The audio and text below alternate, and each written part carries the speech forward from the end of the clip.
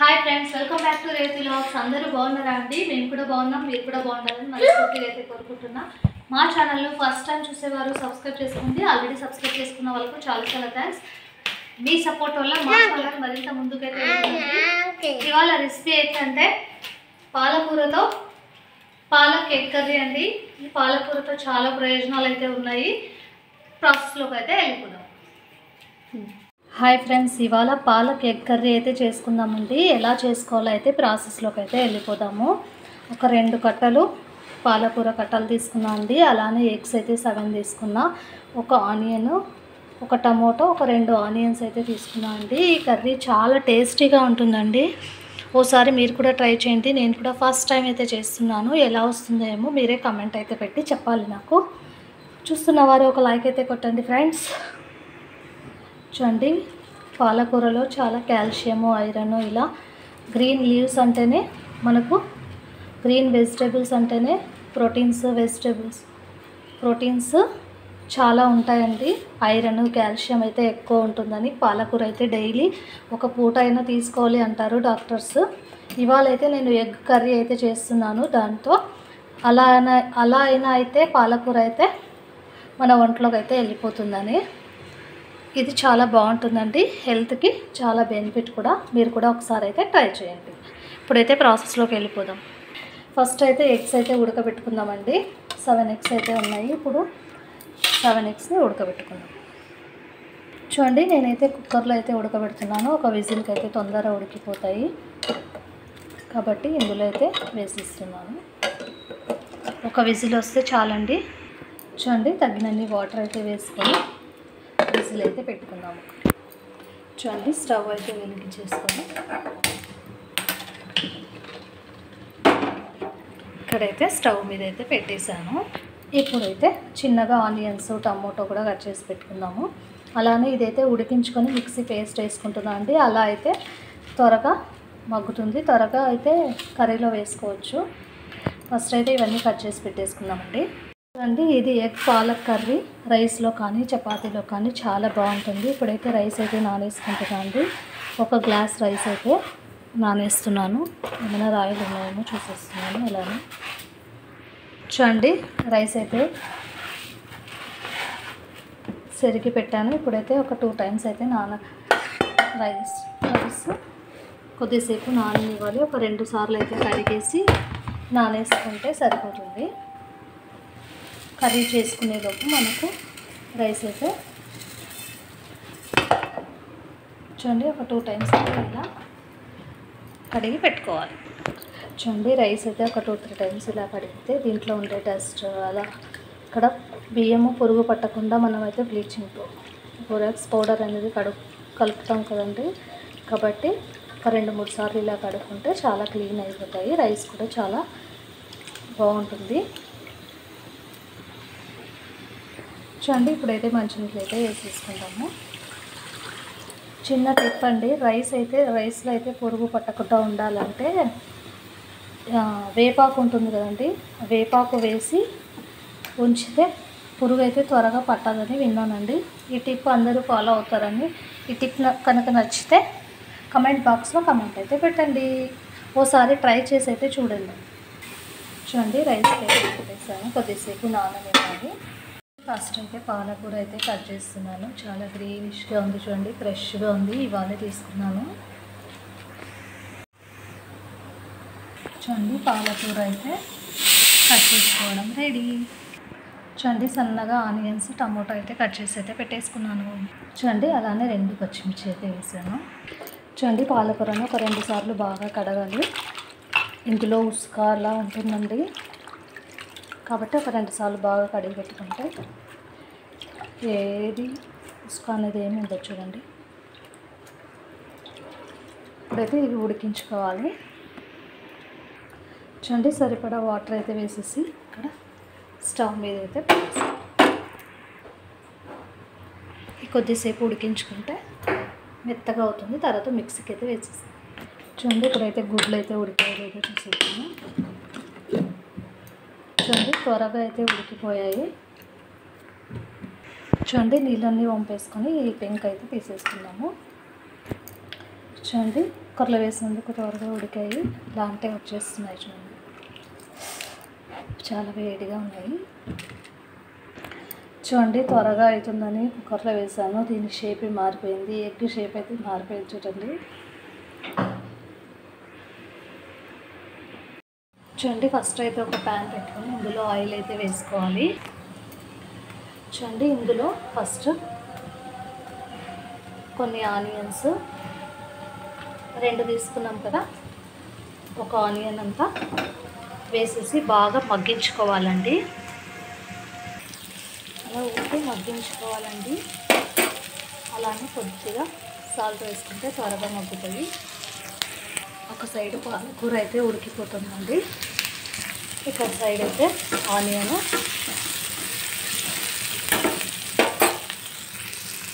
అలాగే చిన్నగా కట్ చేసి పెట్టుకున్న టమాటో కూడా మగ్గించుకోవాలి. ఈ మగ్గించుకొని పేస్ట్ వేసుకుంటే టేస్ట్ చాలా బాగుంటుందండి. రోజు తినేదానికంటే రోజు ఇలా చేయడం ఎందుకు అనేసి వాళ్ళైతే ఇలా చేస్తున్నాను.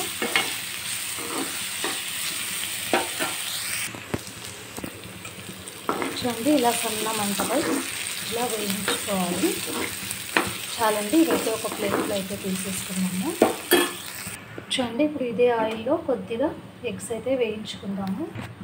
ఆయిల్ అయితే చిన్న మంటపై పెట్టి కొద్దిగా పసుపు, చిటికెడు కారం, అలానే చిటికెడు ఉప్పు చాలండి. ఇప్పుడు ఒక్కొక్కటి తీసుకొని ఈ ఎగ్స్ అనేది చిన్నగా వేయించుకోవాలి. అండి చాలా బాగుంటుంది ఇదైతే. ఎగ్స్ అయితే ఇలా వేసుకుంటే నాకైతే తినాలనిపిస్తుంది. చూడండి కలర్ చేంజ్ కావాలి, ఇలా వేయించుకోవాలి. చిన్న మంటపై పెట్టుకోవాలి, పెద్దగా పెట్టుకుంటే ఇది మొత్తం మాడిపోతుందండి. ఎగ్స్ అయితే బాగా ఇలా మొత్తం చూడండి ఒక్కొక్కటి కలర్ అయితే వచ్చేలాగా ఇలా వేయించుకోవాలి. చాలా బాగుంటుందండి, రైస్లోకి కానీ చపాతీలోకి కానీ ఎగ్స్ అయితే చాలా బాగుంటుంది. ఒకసారి మీరు కూడా ట్రై చేయండి. స్టవ్ అయితే కట్టేసుకొని ఇది ఎగ్స్ అన్ని ఒక బౌల్లో అయితే తీసేసుకున్నామండి. చూడండి ఎగ్స్ అయితే బాగా ఫ్రై అయ్యాయి ఆయిల్లో. మీలో ఎగ్స్ అంటే ఎంతమందికి ఇష్టమో కమెంట్ అయితే పెట్టండి. చూడండి ఫస్ట్ అయితే రైస్కి అయితే పెట్టేస్తున్నాను. ఒక మిక్సీ జార్ తీసుకుని అందులో మనం ముందుగా మగ్గించుకున్నాం కదండి ఆనియన్ టమాటో అయితే పేస్ట్ అయితే పట్టేసుకుంటాం. చూడండి ఇలా పచ్చగా పట్టుకున్న చాలు. చూడండి ఇప్పుడైతే పాలకూర కూడా ఫ్రై అయిపోయింది. ఇందులో ఇప్పుడైతే ఇది కూడా పేస్ట్ అయితే వేసేసుకుంటాం. చూడండి పాలకూరను కూడా ఇలా వడగట్టుకున్నాను. ఇప్పుడు ఇదైతే పేస్ట్ వేసుకోవాలి. మిక్సీ జార్ తీసుకొని అందులో పేస్ట్ అయితే చేసేసుకుంటాం. చూడండి ఇది కూడా పేస్ట్ అయితే చేసేసుకున్నాము. పాలకూర ఉడికించుకున్నాం కదా అది. చూడండి పాలకూర పేస్ట్ కూడా రెడీ. ఇదైతే ఇలానే యూజ్ చేద్దాము. చూడండి ఇక్కడ రైస్ అయితే ఉడుకుతూ ఉంది. ఇప్పుడైతే ఉప్పు అయితే వేసేద్దాము. మా ఇంట్లో ఉప్పు అయితే తక్కువ అండి. రైస్ అయితే చిన్న దాని మీద అయితే పెట్టేసుకున్నాం అండి. ఇప్పుడైతే ఎగ్కి అయితే పెట్టేసుకున్నాము. చూడండి రైస్ కూడా ఉడుకుతుంది, అలానే ఎగ్ కర్రీ కూడా చేసుకోవచ్చు అనేసి అయితే ఇలా పెట్టేసుకున్నాను. ఇప్పుడైతే ఒక చిట్టి ఆయిల్ అయితే వేసుకోవాలి. చూడండి ఒక చిట్టి ఆయిల్ అయితే వేసాను. ఇప్పుడు ఇందులో మసాలా దినుసులన్నీ వేసేసుకోవాలి. చూడండి రైస్ కూడా ఉడుకుతూ ఉంది ఒక పక్క. ఇప్పుడైతే ఫస్ట్ ఇందులో ఏం వేసుకోవాలంటే బిర్యానీ ఆకు, ఒక 2 లవంగా, చెక్క అవన్నీ వేసుకున్నాక జీలకర్ర అండి, జీలకర్ర, ఆవాలు, కొద్దిగా పచ్చి కరివేపాకు. చిప్పట అంటుంటే ఇంకా బాగుంటుంది. ఇంకా ముందుగా కట్ చేసి పెట్టుకున్న ఆనియన్స్ కొద్దిగా పచ్చి.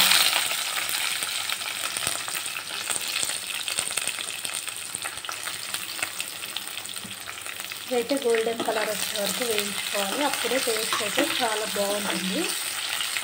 ఎగ్ కర్రీలో చాలా టేస్ట్ వస్తుందండి. కొద్దిగా ఉప్పు వేసుకోండి, త్వరగా అయితే మగ్గుతుంది.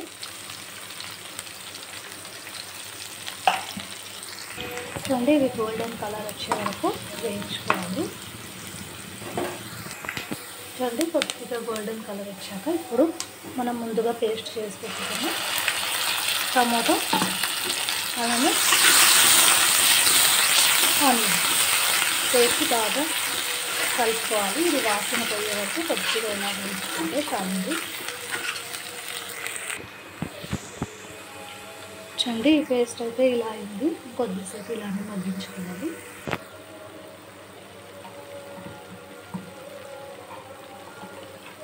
చూడండి, ఇలా ఆయిల్ అయితే బయటికి తేలాక ఇప్పుడు అల్లం పేస్ట్ అయితే వేసుకోవాలి. ఒక స్పూన్ వరకు అయితే వేసుకుంటే సరిపోతుంది. మొత్తం అన్నీ అయితే కలిపేసుకోవాలి. ఇలా గ్రేవీ అయితే చిక్కగా తయారవుతుందండి. తర్వాత ఇలా చేసుకుంటే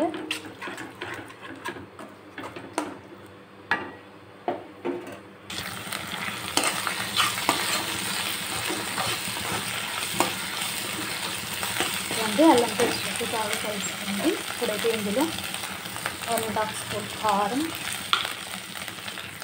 పసుపు, రుచికి తగినంత సాల్ట్ అండి వేసి బాగా కలపాలి.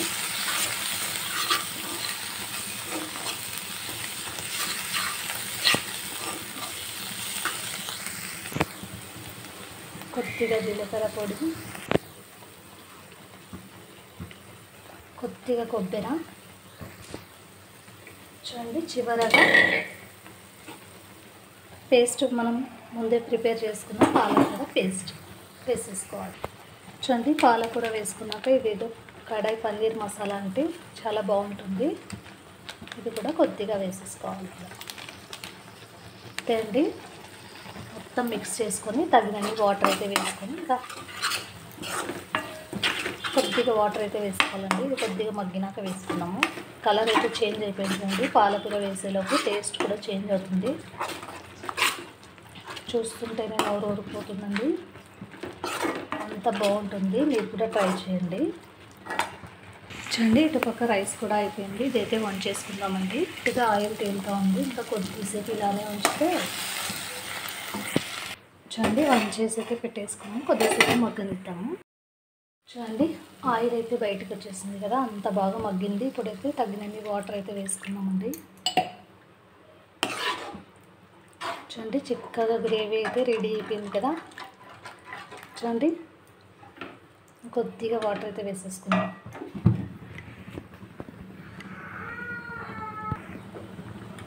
చూడండి, పాలకూర ఎగ్ కర్రీ అయితే రెడీ. ఇప్పుడైతే ఇది బాగా మగ్గనివ్వాలి. వాటర్ అయితే ఉడుకుతున్నప్పుడైతే ఎగ్స్ వేస్తే చాలా బాగుంటుందండి. చూడండి, ఇలా ఆయిల్ అయితే సెపరేట్ అవుతుంది. చూడండి, ఇప్పుడైతే గుడ్లు అయితే వేసేసాము. చూడండి, గుడ్లు అయితే రెడీగా ఉన్నాయి. ఇప్పుడైతే ఒక్కొక్కటిగా వేసేసుకోవాలి.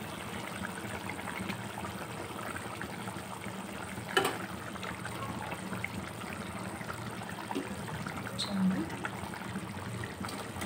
చూస్తుంటేనే నోరు ఊరిపోయే పాలకూర egg curry ready. Palak egg curry అయితే రెడీ. ఇప్పుడైతే ఇంకా కొద్దిగా ఉడకాలండి. ఇందులో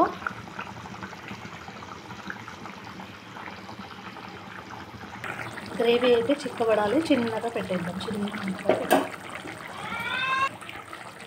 చిన్న మంటపై అయితే పెట్టేద్దామండి కొద్దిసేపు. చూడండి, రైస్ అయితే అయిపోయింది. స్టవ్ అయితే కట్టేద్దాం. చూడండి, చివరగా పాలక్ ఎగ్ కర్రీ అయితే రెడీ అయిపోయింది. అయితే కొద్దిగా కొత్తిమీర వేసి గార్నిష్ చేసుకుంటే ఉంటుందండి. చాలా చాలా టేస్టీగా ఉండే పాలక్ ఎగ్ కర్రీ రెడీ. ఇది ఎలా చేయాలో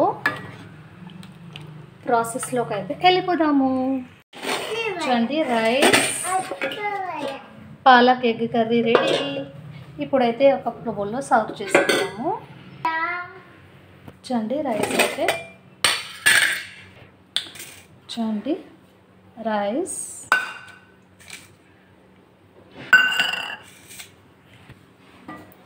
చూడండి పాలక్ ఎగ్ కర్రీ. ఇక్కడైతే ఇలా వేస్తుంటే చూడండి ఎంత బాగుందో, చూస్తుంటేనే నోరు ఊరుతోంది కదా, అంత టేస్టీగా కూడా ఉందండి. ఒకసారి మీరు కూడా ట్రై చేయండి, ఎలా వచ్చిందో కమెంట్ అయితే పెట్టండి. Bye friends.